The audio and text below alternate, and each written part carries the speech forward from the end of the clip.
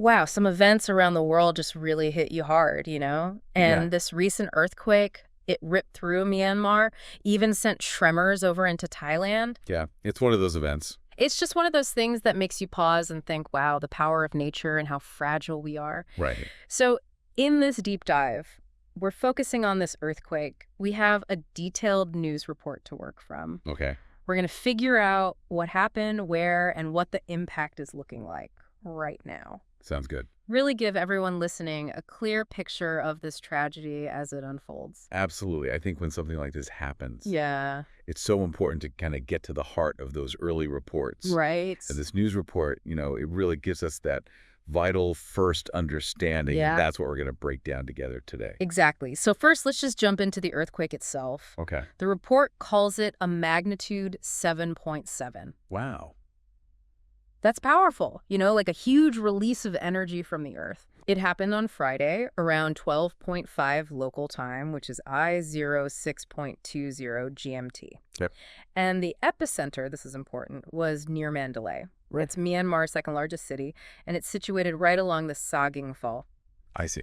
Now, what's really striking is how shallow this earthquake was, only 10 kilometers deep. Oh, wow. That's about 6.2 miles. Why is that shallow depth so important? What makes that have such an impact? Well, when an earthquake happens that close to the surface, the energy doesn't have to travel through as much rock.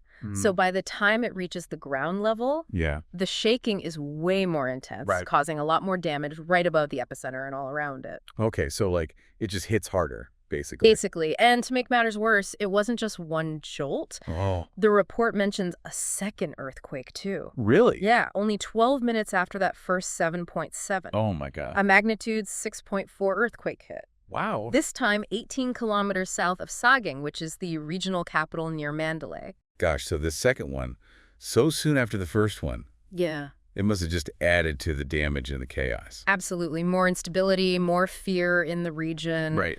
And unfortunately, it seems like things haven't settled down completely. Oh, no. What else happened? Well, there have been aftershocks. Oh, right. Of course. The report even mentions a magnitude 5.1 tremor just this past Sunday. Yeah, those aftershocks are pretty common, I guess, after such a big earthquake. Exactly. They're usually not as strong as the main one. Okay. But they can still be really dangerous, causing more damage to already weakened structures, Right. making rescue efforts even tougher. I can imagine. So we're looking at a huge area of impact in Myanmar, the Sagaing region, Mandalay, even the capital Nay Pyi. Yeah, that's a vast area. But it didn't stop at Myanmar's borders, did it? That's right. The tremors were felt way beyond Myanmar. Yeah. Most significantly, I think, in Bangkok, Thailand. Right, and that's where we saw some pretty devastating consequences. Yes, really tragic. So let's turn to the human impact of this earthquake. Okay. And starting with Myanmar, the numbers in this report are just heartbreaking. Yeah, what are they saying?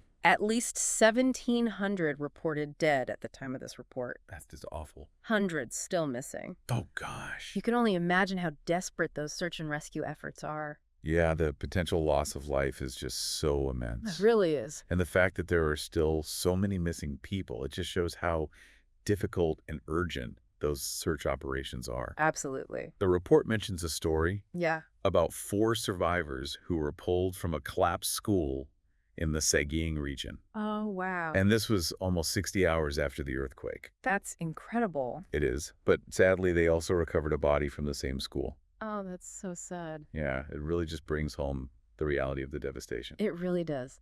But amidst the tragedy, there are these glimmers of hope. What do you mean? Remember that elderly woman rescued from a hospital in Nay Pyi? Oh, yeah. After 36 hours trapped. 36 hours, yeah. And then the 29 people rescued from that collapsed apartment block in Mandalay. That's amazing. It's just incredible, the human will to survive. It is. It shows you the strength of the human spirit. It does, but it also makes you think about the unimaginable force they had to endure. Right, right. And, something the report points out that's really concerning Yeah. is that there were delays in reaching some of the worst hit areas. Oh, no. Which meant those crucial first hours, local people had to dig through the rubble themselves. Oh, gosh. Often with their bare hands, no proper equipment.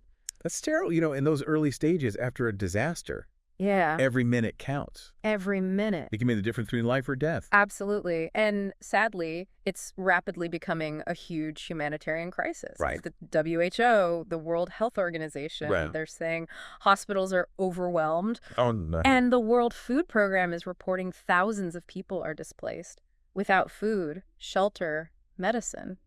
That's a really stark picture of what's happening on the ground. It is. And then you read the personal accounts in this report. It's Yeah. just heartbreaking. This teacher in Mandalay, she's not even sure if aid has reached her area. Oh, wow. Her friend in Sagaing talks about the smell of dead bodies. It's just awful. Just awful. So let's move on to Thailand for a moment. Okay. The impact in Bangkok, it's a little different. How so? Well, the tremors were felt there. Right. But the main tragedy, it wasn't directly caused by the earthquake itself. That's right. I mean, the tremors from the earthquake were definitely felt in Bangkok. Yeah. And the report actually says that the soft soil there, Yeah. it amplified the shaking. Right?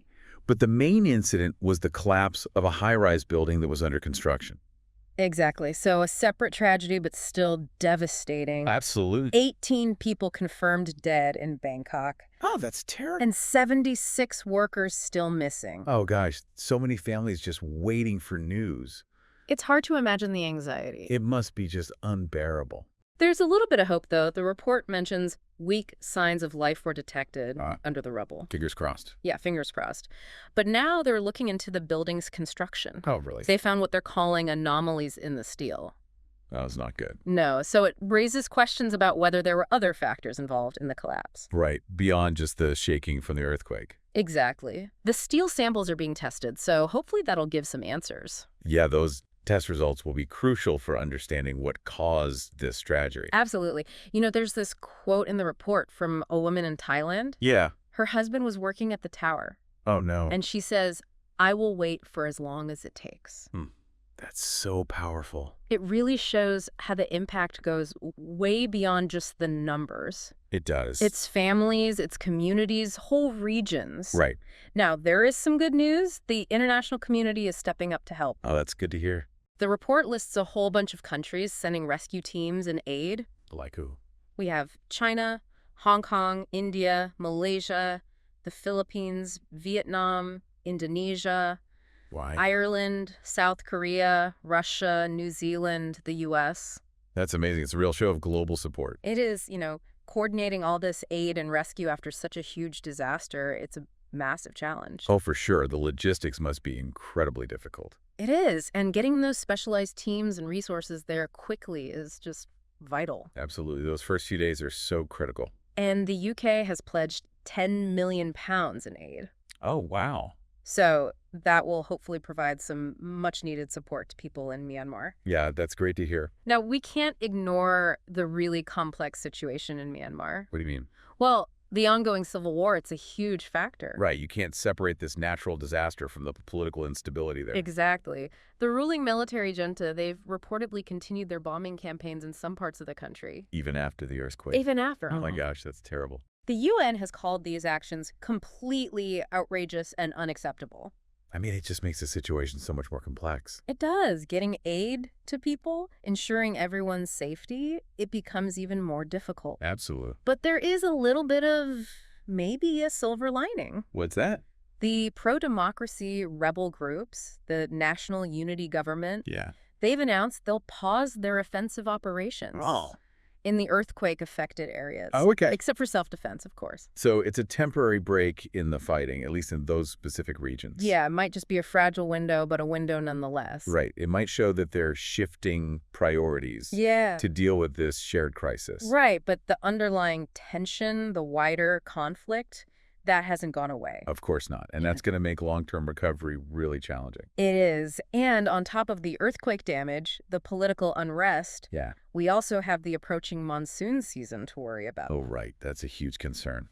The report brings up Myanmar's vulnerability to more disasters. I mean, the monsoon season with all the heavy rains. Yeah, it starts in April, gets intense in May. And that brings a high risk of flooding. Exactly. And with all the damage from the earthquake to homes, sanitation, plus the potential for even more people to be displaced. Right. The monsoon could make an already dire situation even worse. Absolutely. I mean, they've had severe flooding before. Yeah. So it shows how vulnerable the region is to this kind of disaster. Exactly. So for everyone listening, here's what we know. Okay. A powerful, shallow earthquake hit near Mandalay in Myanmar. Right. It's caused widespread devastation. Yeah. Sadly, its effects reached Bangkok, causing a building to collapse. Right. The human cost is just immense, with thousands feared dead or missing. That's heartbreaking. Search and rescue is ongoing, but it's happening against a backdrop of civil war. And the looming threat of the monsoon season. Exactly.